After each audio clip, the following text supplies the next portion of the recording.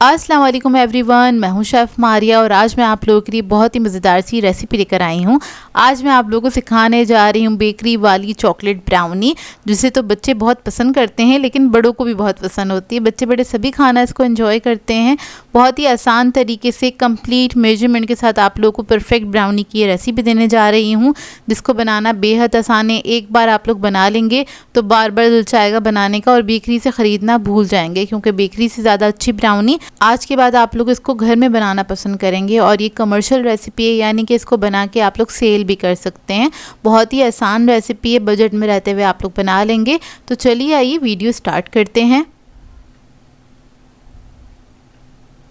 तो इसके लिए मैंने लिया है मेजरिंग स्केल, इसके ऊपर रख देंगे हम 1 कप। तो सबसे पहले हमने क्या करना है, अपने इंग्रेडिएंट्स को नाप के रख लेना है। तो सबसे पहले इधर मैं नापूंगी चीनी। यहाँ पर मेरे पास है पिसी हुई चीनी, ये मुझे चाहिए 125 ग्राम्स के बराबर।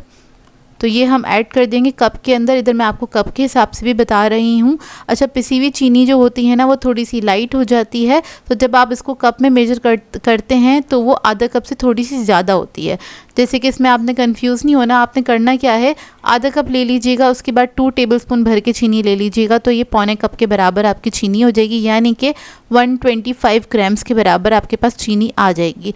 क्योंकि दानेदार चीनी का वज़न ज़्यादा होता है, तो वो आधा कप ही 125 ग्राम के बराबर होती है। तो इस बात पे कंफ्यूज नहीं होइएगा। तो देखिए चीनी मैंने ले ली है, इसको मैं साइड पे रखूँगी। अब दोबारा से यही कप मैं इसके ऊपर रख दूँगी और ये ज़ीरो हो जाएगा, क्योंकि इसी के साथ मैंने इसको ऑन किया था। अब हमें नापना है मैदा। मैदा हमें चाहिए 125 ग्राम्स के बराबर, यानी कि 1 कप के बराबर हमें मैदा चाहिए होगा। इधर मैं आप लोगों को कप से बता रही हूँ, तो जो लोग ग्राम से करेंगे उन्होंने क्या करना है, 100 ग्राम्स मैदा लेंगे वो लोग, और लेंगे 25 ग्राम्स के बराबर कोको पाउडर। लेकिन जो लोग कप से मेजर करेंगे उन लोगों ने क्या करना है, सबसे पहले आपने मैदा ले लेना है 1 कप के बराबर, यानी कि 125 ग्राम्स के बराबर।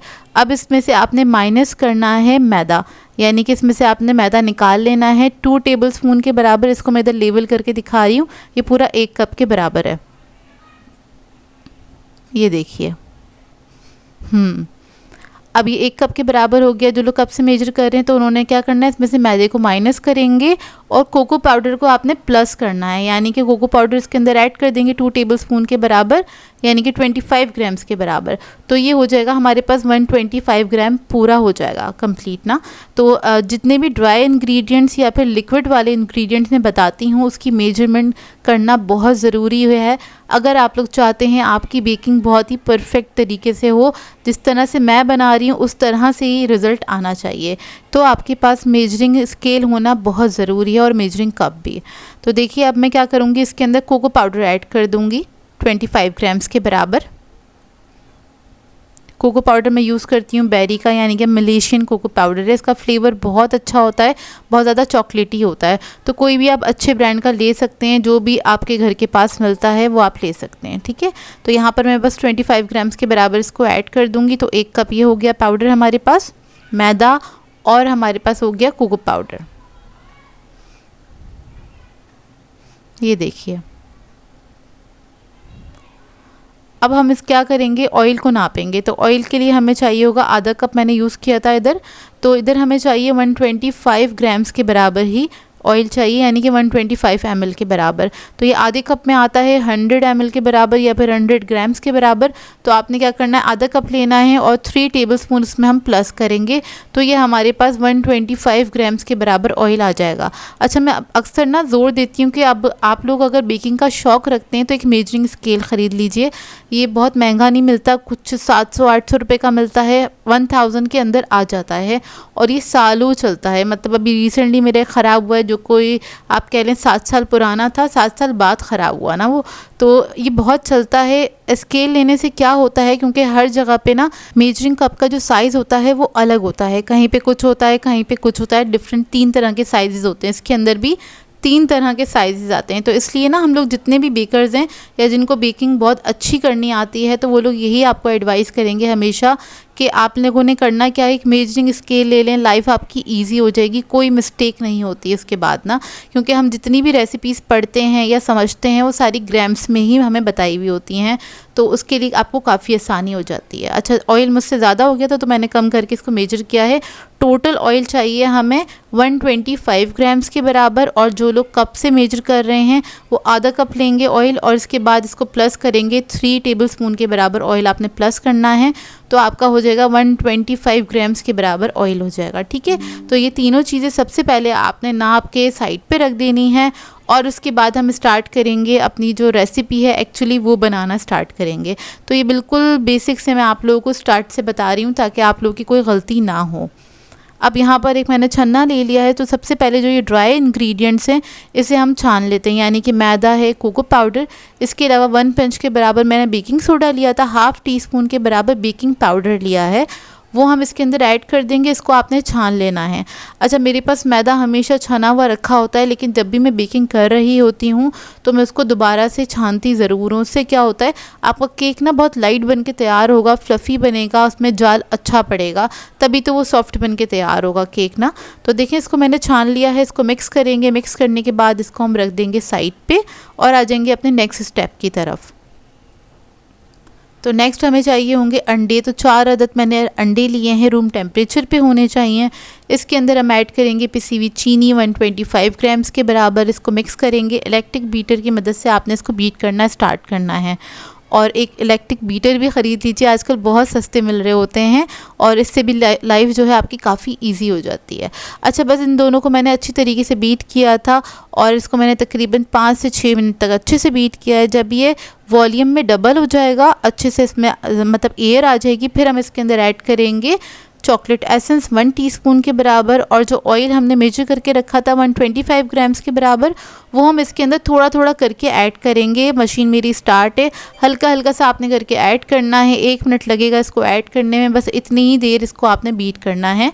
और ये आपका जो बैटर है बेसिक सा वो बन के तैयार हो गया है। ब्लेड से हम हटा देंगे, यानी कि मशीन हटा देंगे।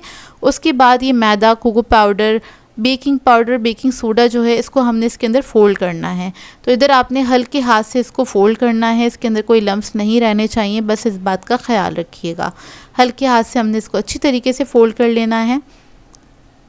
और जो ड्राई मिक्सचर था मैंने सारा इकट्ठा डाल दिया था। अगर आप लोगों को आदत नहीं है तो आप लोग आधा आधा करके भी ऐड कर सकते हैं। तो देखिए, बैटर हमारा रेडी हो गया है। अब मैंने मोल्ड लिया था, 8 इंच का ये मोल्ड है मेरे पास। इसको मैंने बटर पेपर से लाइन इन कर लिया था। सारा बैटर इसके अंदर ऐड करेंगे। इसको मैं बेक करूँगी 180 डिग्री पे तकरीबन 30 मिनट के लिए। जो लोग पतीले में बेक करना चाहते हैं उन लोगों को तकरीबन 45 मिनट लगेंगे। लो मीडियम फ्लेम पे आपने पतीले में इसको बेक कर लेना है। तो देखिए, ये बेक होकर आ गया है। अब इसको मैं रख दूँगी ठंडा करने के लिए। जब ये अच्छी तरीके से ठंडा हो जाएगा उसके बाद हम बाकी का स्टेप करेंगे।